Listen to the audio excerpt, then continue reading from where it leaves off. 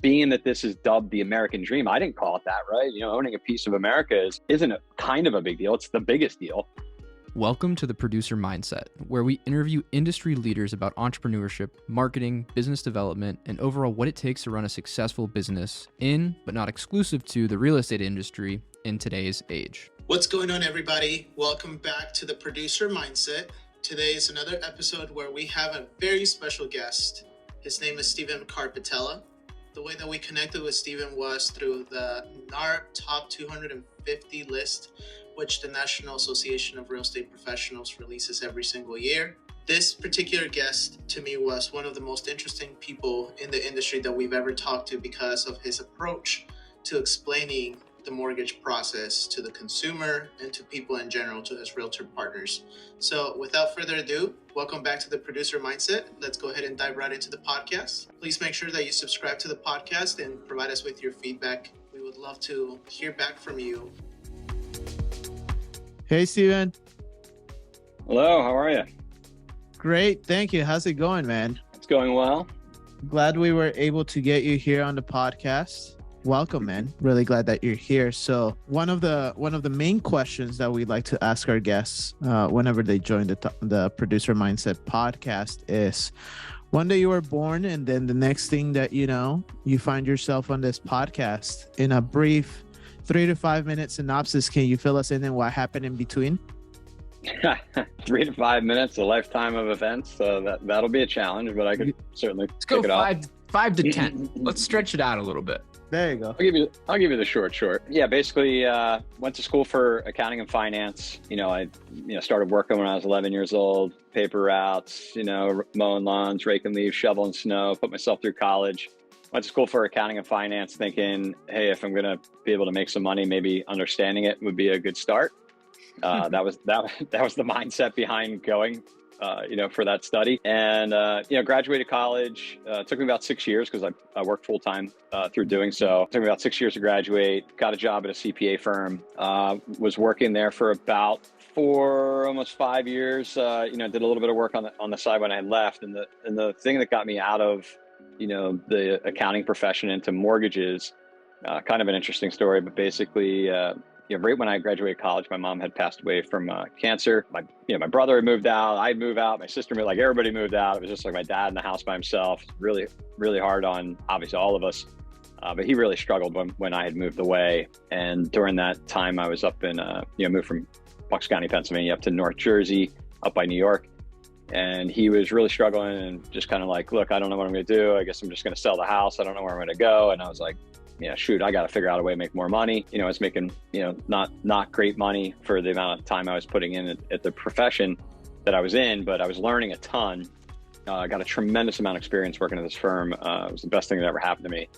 And I reached out to a buddy of mine I went to college with who, for lack of better words, I was his study buddy. We worked, I'd stay up all night studying with him to, pass courses. I would ace him, he'd pass them, we got through it. And I reached out to him and asked him what he'd been up to. I said, I'm going to shop my resume around. I got to move home back to Pennsylvania. I want to help my dad out. So it was really just about like moving home and being with my dad and finding something closer to home. And he's like, he had jumped around from public accounting to private accounting. And he's like, I'm in mortgages now. And I'm like, mortgages? Like, I know what a mortgage is. I just figured you go to a bank, you get a loan for a house, like not a big deal. And I didn't know it was like a profession or a way of making a living. And he's like, oh man, I'm killing it. I made like 10 grand last month or on his paycheck or, whatever it was. And I was just like, my jaw hit the floor. I was like, fax me your pay stub. I'll literally quit my job tomorrow. And it was a true story. That's a Wolf of Wall Street. Yeah, this is 21 years ago. I remember standing at the fax machine watching this pay stub come through. And I was just like, holy, what? And I was like, just using him as a metric, nothing good, bad, or otherwise about him, just figured I'd use him as a litmus test. And I'm like, man, if he could do that, I could do this, if not more. Right. So, I'm going to go try to make 20, so he got me an interview. I got the job, quit my job, showed up at this mortgage office, and it was just a full on boiler room, like 40 loan officers, waist high partition walls, nowhere to hide. I'm completely intimidated walking in the door. I had no idea. I was so naive. I'm thinking like, man, I'm a numbers nerd, accounting and finance, mortgage math, like, no problem, I got this. Yeah, no, I had no idea what I was walking myself into. Went in very naive and full-blown sales. Didn't consider myself a salesperson. Didn't even know that this profession was considered sales, being that it's the American dream. It's the biggest financial decision in someone's life. Like, we don't shop for the cheapest doctor, for example. Mm-hmm. And, people, it was an intimidating room, people talking crap right out the gate. Like, I hear people like, this guy's an accountant, give him 2 weeks, and I'm like, I'm right here, I can hear you, and my sales manager sits right in front of me, like face to face, desk in front of me, and hands me a crate of files. It's a smile and dial. If you're not doing this, you're not making money. I was like, okay, cool. What do I say? What do I do? He turned around, sat back at his desk and said, start dialing, figure it out. So that was my introduction to mortgages. Started making phone calls, basically destroyed on the phone. And I went home that weekend and I was like, I got 48 hours to figure this thing out. And went in the next week with the mindset of, really educating people. Financial education. It's the one thing that just lacks in every curriculum throughout our entire grade school, high school careers. And started catching some attention, and I can get into that, but that's from being born till now. That's how I got onto this call with you guys. Amazing. I love that, man. As you were talking there, what I find it really cool is that you gave yourself a timeline, kind of a deadline, like, I got to figure this out in 48 hours. How important was it for you to figure it out at this time? Of course, like, wanting to help your dad. It seems to me like it wasn't even a thing that you were necessarily thinking of just yourself, but more than anything, like, how can I do this so that I can alleviate some pain, per se? Can you tell us about that? Yeah, it was all about saving my dad's house and supporting my family. Like, that was, there was a tremendous amount of pressure. I just quit my career. I'm not going to say I wasn't contemplating going and begging for my job back. I was. I was dreading going back to the office on Monday. I was just like, oh my God, what have I done? I committed career suicide. And, I gotta come up with an angle. I gotta come up with a pitch. I gotta, like, what's my thing? Like, how am I going to get people to connect with me next week? Because, I heard everything under the sun, F you, pound sand, lose my number, you name it. I got it on the first week. And I sat right in front of my sales manager. Not being on the phone wasn't an option. And, I'm pretending like I'm still talking to people. And the guy next to me is like, your light's off. They hung up on you like a minute ago. I'm like, yeah, I know. I was just embarrassed, like, to be hung up on. So I was just dreading going back to work the next week, and started thinking, hey, you know what? In the CPA profession and the firm I was working in, man, I told you, I got a tremendous amount of experience. I used to go into companies, they had me doing forensic accounting, auditing, all kinds of stuff. And it just got me thinking, like, we're businesses as people. Like, we are literally no different. You have money coming in, you have money going out, just like any business. Pick a business, Chevron, the gas station, McDonald's, doesn't matter what type of business, you are the CEO of your business. Dollars coming in, dollars going out. People have balance sheets, profit and losses, statement of cash flows, whether they know it or not is a whole nother story, but they do. And, being that this is dubbed the American dream, I didn't call it that, right? Owning a piece of America isn't a kind of a big deal. It's the biggest deal. And here we are, the blind leading the blind. This was like 2002 when I got into the industry, and, people with bad credit lending money to people with bad credit. Like, saw 2008 coming, before it even manifested. It was just like, how is this possible that the biggest, like, real estate is the heartbeat, the backbone of the economy, right? It employs everybody. Look at just the office you're in, look at any house you're in, all the knickknacks, plumbers, electrician, all the trades, it employs everyone. So why put, if we want to set people up for successful homeownership, like, we're putting this in the hands of, no offense, like call center salespeople and things like that, commission-based sales. It just didn't align for me. And really went in with the mentality of being a mortgage doctor.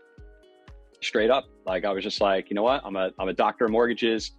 If you think about our physical health, right? Like, we don't shop for the cheapest doctor. We don't go to, do either of you guys go to a different doctor every time you get sick? No, not at all.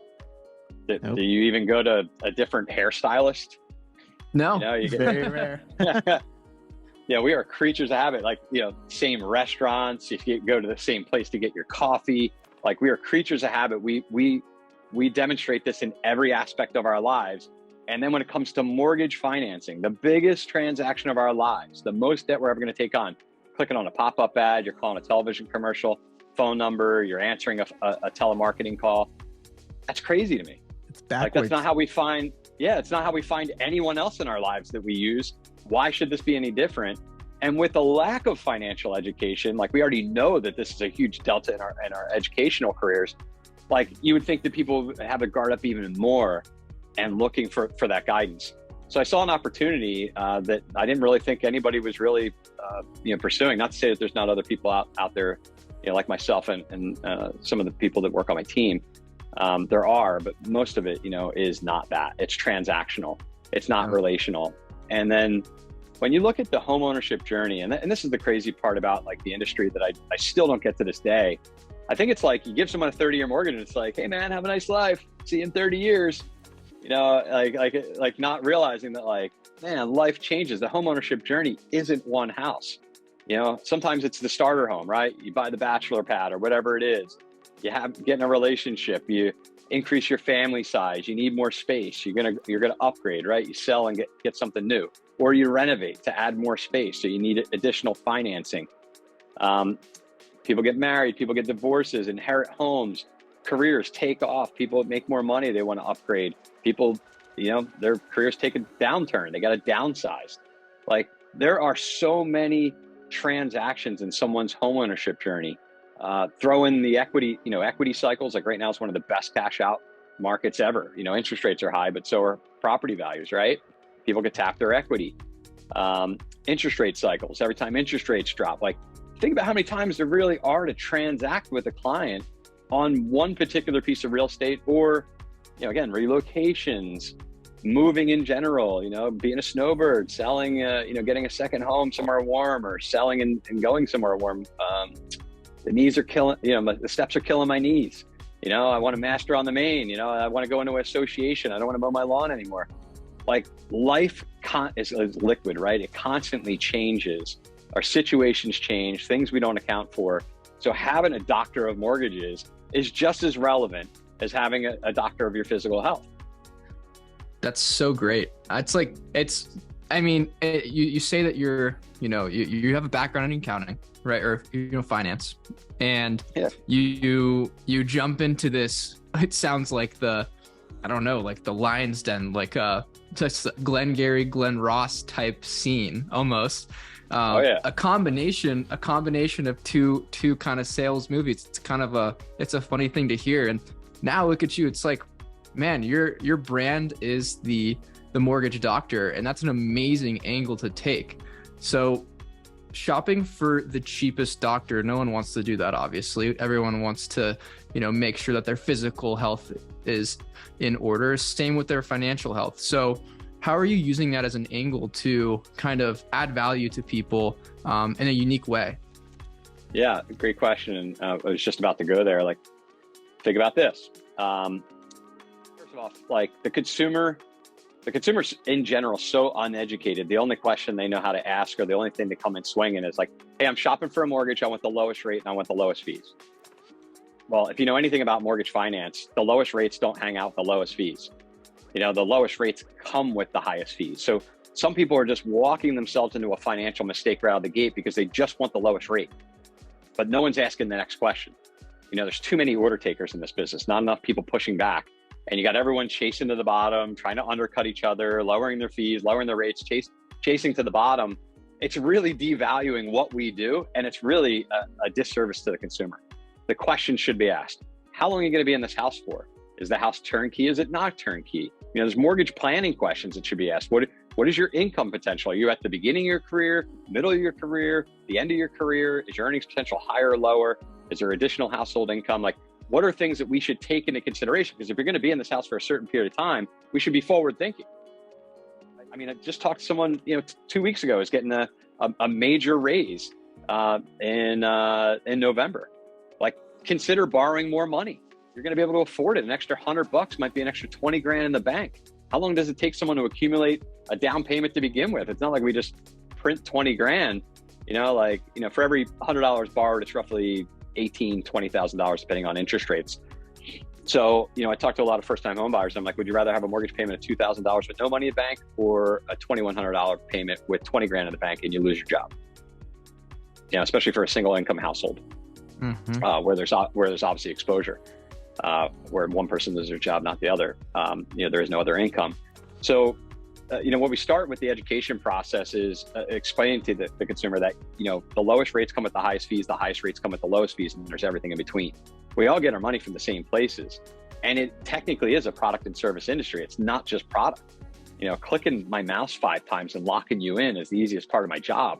Coordinating a dozen parties, giving you financial advice, and making sure you're structuring your loans properly. Many people call in and, I want to put 20% down because I heard mortgage insurance is the root of all evil, and I'm going to cash in my retirement assets or whatever I got to do. I just don't want to pay mortgage insurance. Did you know mortgage insurance is the cheapest it's ever been? Who told you that? Your mom, your grandma? I'm like, yeah, my grandmother told me, I got to put 20% down. No, you don't. And is the house turnkey or not turnkey? Does it have deferred maintenance? When you looked at the home, does it have things you want to do to it? Again, how many times people call back a month later? Hey, I closed on my house. I'm going to settle. I want to get a home equity line. Like, you should have just put less money down and borrow more. But people aren't asking questions. That's the mortgage planning process that we go through. So getting back to your original question, think about it. We go to a doctor, we fill out the family medical history, right? That's like an application. And then what do we look at? Blood work, x-rays, MRIs. We're doing the same thing. We're taking a loan application and look at someone's employment history, address history, and we're looking at income, assets, and credit. It's very palatable, very digestible for the consumer to understand that, because everyone's been to a doctor multiple times. So to get properly advised on your health, you need those things done. You need your lab work done. This is no different. We're looking at income, assets, and credit. Instead of looking at your blood pressure, we're looking at your debt to income ratio. What's your cash flow pressure? What's that looking like? Are you running hot? Are you running cold? Do you have plenty of room to move? And educating people about that process. And it doesn't take much time. But again, like, everyone walks in the door, can I buy a $300,000 house? They just don't know the right questions to ask. How about this? What's the most you're willing to pay per month if you found the home? Because at the end of the day, you're going to care about 2 things: cutting the check at closing and your monthly payment. The rest is noise. How we got there, there's a lot of details. So we actually reverse engineer the qualification process, even on refis. When people are like, hey, I want to consolidate debt. Hey, if you could consolidate all your debt, what's the most you're willing to let your mortgage payment go up to do that? And then we reverse engineer and see if we can make the numbers back into that and see if it's realistic or not. Buying a $300,000 house, how many people get pre-approved for just the purchase price? No one ever asks them hey, you're technically approved up to look at like DU and LP. Like, you can get approvals up to 46-56 ratios with an FHA loan. That doesn't mean that someone should take that payment on. And then they go under contract for that $300,000 house. You're like, yeah, your payment's gonna be $2,500 a month. I can't afford $2,500 a month. Yeah, but you're qualified for it. So like, it's just done wrong. Like, we should be reverse engineering from monthly payment forward, because depending on what, it doesn't really matter what county or state you're living in. You could buy in one town and your taxes are $8,000 a year. You could buy in one street over in another school district and your taxes are $4,000 a year. Hey there, really quick before we dive into today's podcast, would you do us a favor and rate and share this podcast? That would help us out tremendously for blowing this thing up. We're not really big on asking for these types of things, but we really want to expand and be able to bring on more cool people like today's guest. If you can, take a minute. It only takes a minute. That would be great. All right, let's get to it. So what do you think is missing in this current marketplace? What do you think is missing from other lenders and even realtors for the consumer, for people in general? Financial education. I mean, even the loan officers don't.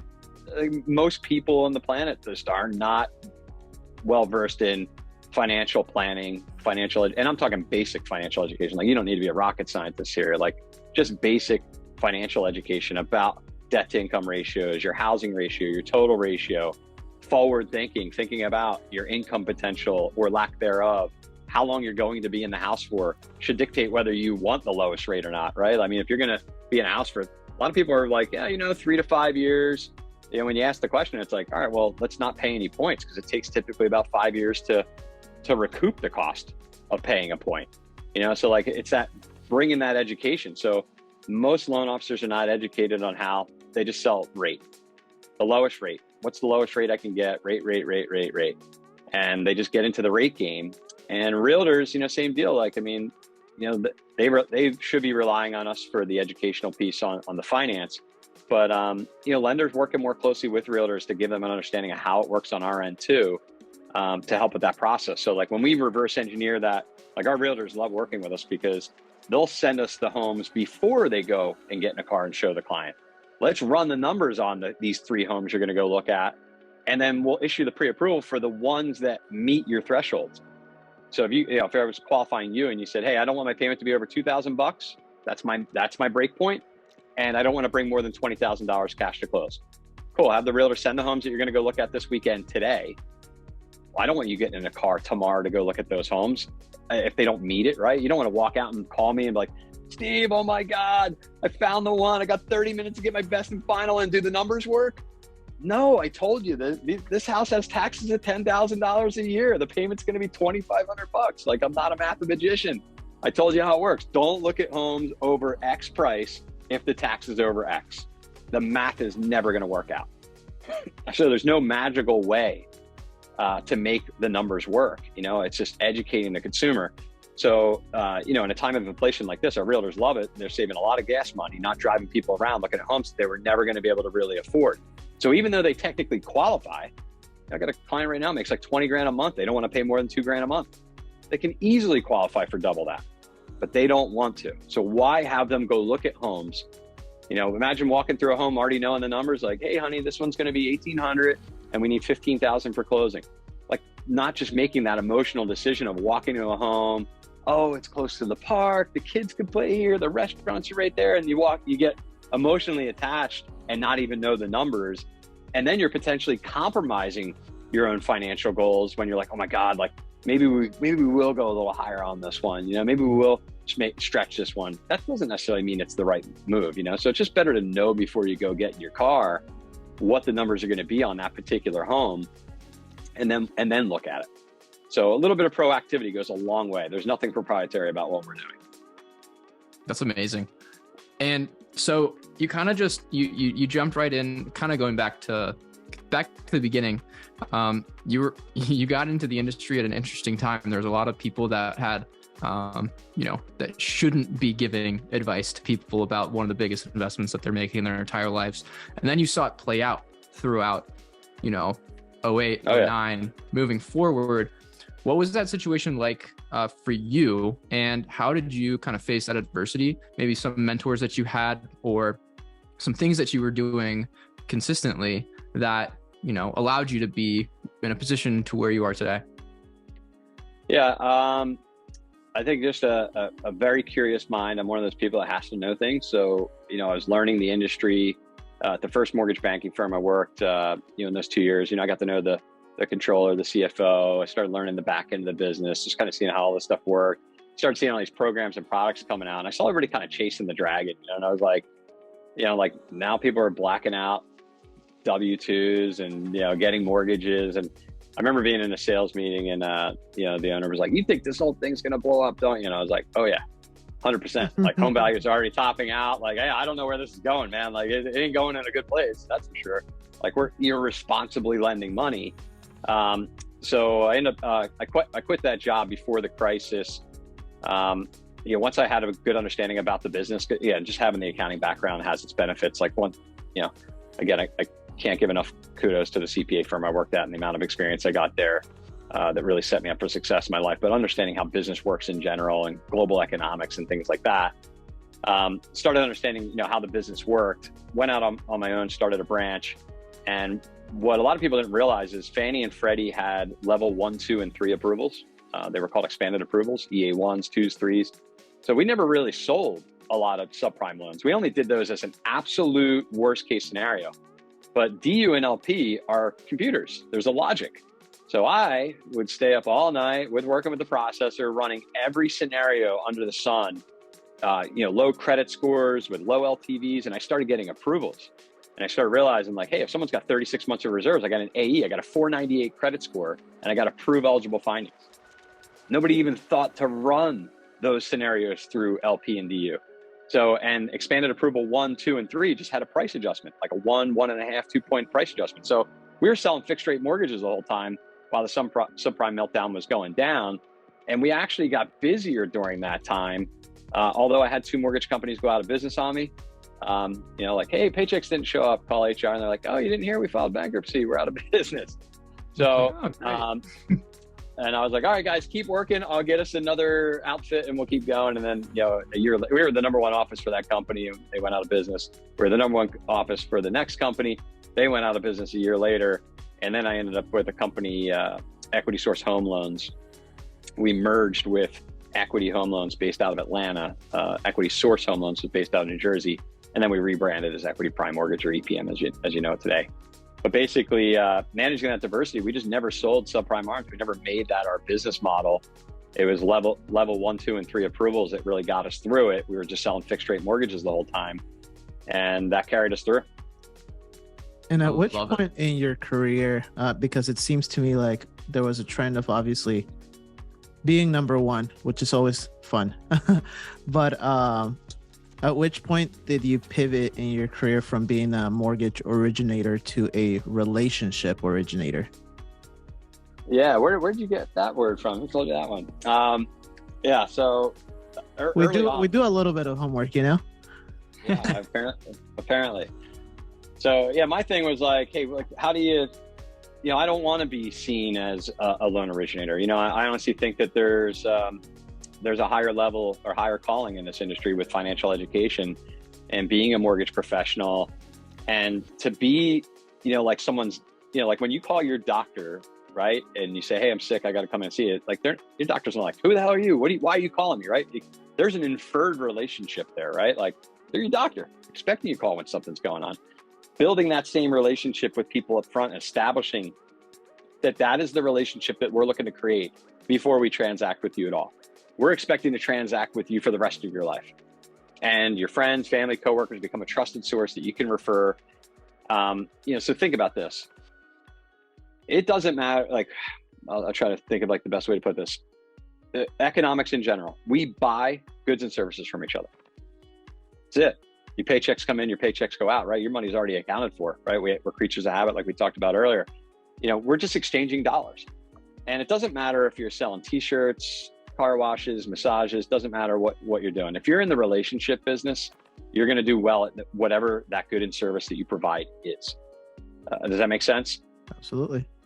And, we have all these relationships in life, I was going over this with my team earlier. I asked people to define a relationship and no one could give me a clear definition for what a relationship is. It's the way in which 2 or more concepts, objects, or people are connected. Or the state of being connected. A rim and a tire have a relationship, for example, right? It's not just people, but there's different types of relationships: our families, our friends, acquaintances, work relationships, romantic, situational. Anytime you go cash out at any place, or waiter get waited on by a waiter or waitress, like there's situational relationships that are all around us, and people have names, and you connect with them. And if you're connecting with people, like I figured out early on, like it's not just realtors and builders that need to be chasing down for business. It's everybody. It's everyone. The UPS driver that drops off the stuff at our house every day. The postal workers dropping off the mail every day. The gas station attendant. The local liquor store where you get your wine or your beer. Like meeting people. And if you're building relationships, if you're originating relationships, whatever good or service you provide, you're going to do well at. There's no such thing as a bad relationship market. There may be more or less opportune markets in whatever you're doing. But if you have relationships, you're always going to be transacting in some way. You're always going to be creating business because everyone's life is constantly changing, right? Think about, just economics in general, right? Like right now we're in, the R word's getting thrown around. There's a potential recession on the horizon and people are concerned about the future and where things are heading with the Fed hiking rates and all that good stuff. Like, yeah, people's situations are going to change and they're going to need guidance. So who are they going to turn to? Hey, doc, my financial health isn't doing well right now. I need some help. I need some guidance, right? Like I'm not feeling well there. And think about the number 1 cause of divorce, financial stress. Like I don't know how many marriages I potentially saved in my career, but giving people financial education, maybe saving marriages, believe it or not. Wow. That's amazing. That's awesome. Thank you for that. Yeah. So relationship originator is, if you want to get off the roller coaster of, there's a lot of direct to consumer lead based originators out there. Like if they could go back in time, and if they could hear this and go back in time, they probably would have done it different. But like leads are great until they're not. Like when rates are low, it's easy. When rates are high, it's not as easy. But if you never established a relationship with people, rates are temporary. If everybody hasn't figured that out yet, like I don't even know why there's a 30-year fixed mortgage. They should all be ARMs, because everybody's refinancing or relocating, buying and selling real estate in different portions of their life. Like I said, the typical person buys a starter home, upgrades, and downsizes later in life. That's 3 homes for like the most perfect situation. So it just doesn't make sense to, the latest stat was like the life of a mortgage on the servicing book is like 32 months. That's it. Wow. So there's been a popular saying, I think Barry Habib threw this out there, but it was like, marry the house, date the rate. Mm-hmm. So like, just right now, like interest rates are up, but so is consumer debt. People need to consolidate debt. The Fed's hiking the interest rates on those credit cards. Credit card rates are about to hit the highest level ever in history, like almost 19% average interest rate. And the average consumer is holding on to about 20 grand in credit card debt that they're not paying off every month. So yeah, it's like just helping people manage through these cash flow situations, managing their equity properly, and then catching them on the downswing when rates drop and getting their payment back down and keep shoring up their cash flow. So it's just like, it's constant, it's ongoing, just like your relationship with your doctor. Financial health has to be managed. That's amazing. I love it. I mean, man, wealth of knowledge and just like a different angle. And I feel like a lot of people are going to get a lot of value out of this podcast, not just a potential consumer that might hear it, but a lot of our audience is either, we have people that have been, in the industry for a long time that are, thought leaders in the space that listen, but a lot of people are up and coming and have just started their businesses. They don't know what it was like in 08, 09. So I feel like a lot of this information is very, very, it's golden for them. And I'm excited to share it. Yeah. I mean, think about how many people entered this industry in the last 3 years, especially on the sales side, right? The fish are running, everybody grabbed the fishing pole, and now where'd all the fish go? The seasoned anglers, the relationship originators are going to be fine, because they have those relationships established. And, it's big changing of the guards in the industry too. I know the stats been flying around. The average loan originator's 60 plus years old. There's a lot of opportunity out there to, continue to work those relationships. And like, why do those relationships have to die, right? Like just because you leave the industry, like, we should be handing them off.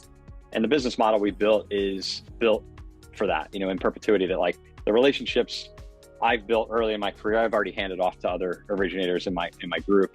And, the relationships that they get locked up, they ultimately start handing off to their juniors who these are the future mortgage professionals that we're grooming up underneath them. Think about how many reps in the batting cage you get when you get to work with the top producing originator. Your learning curves like this, instead of going out there and trying to find those 1 or 2 deals, imagine getting 30, 40 looks a month because you're working with someone who's already established. So those are some of the things that we do to help, groom the future and continue to hand off those relationships, those generational relationships.